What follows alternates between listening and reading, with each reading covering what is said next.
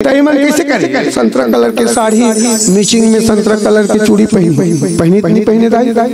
संतरा हरियर कलर की साड़ी तो चूड़ी हरियर कलर, ओते पर ड्रेसिंग क्या घूम बैठे और खल ले चूड़ी उतारते मैचिंग वाले खल ले। बताओ दाई मन, आतर गांव वाले मन जतिक जन बैठे थे मन, बताओ दाई हो सुहागिन दाई चूड़ी कब उतरते हो?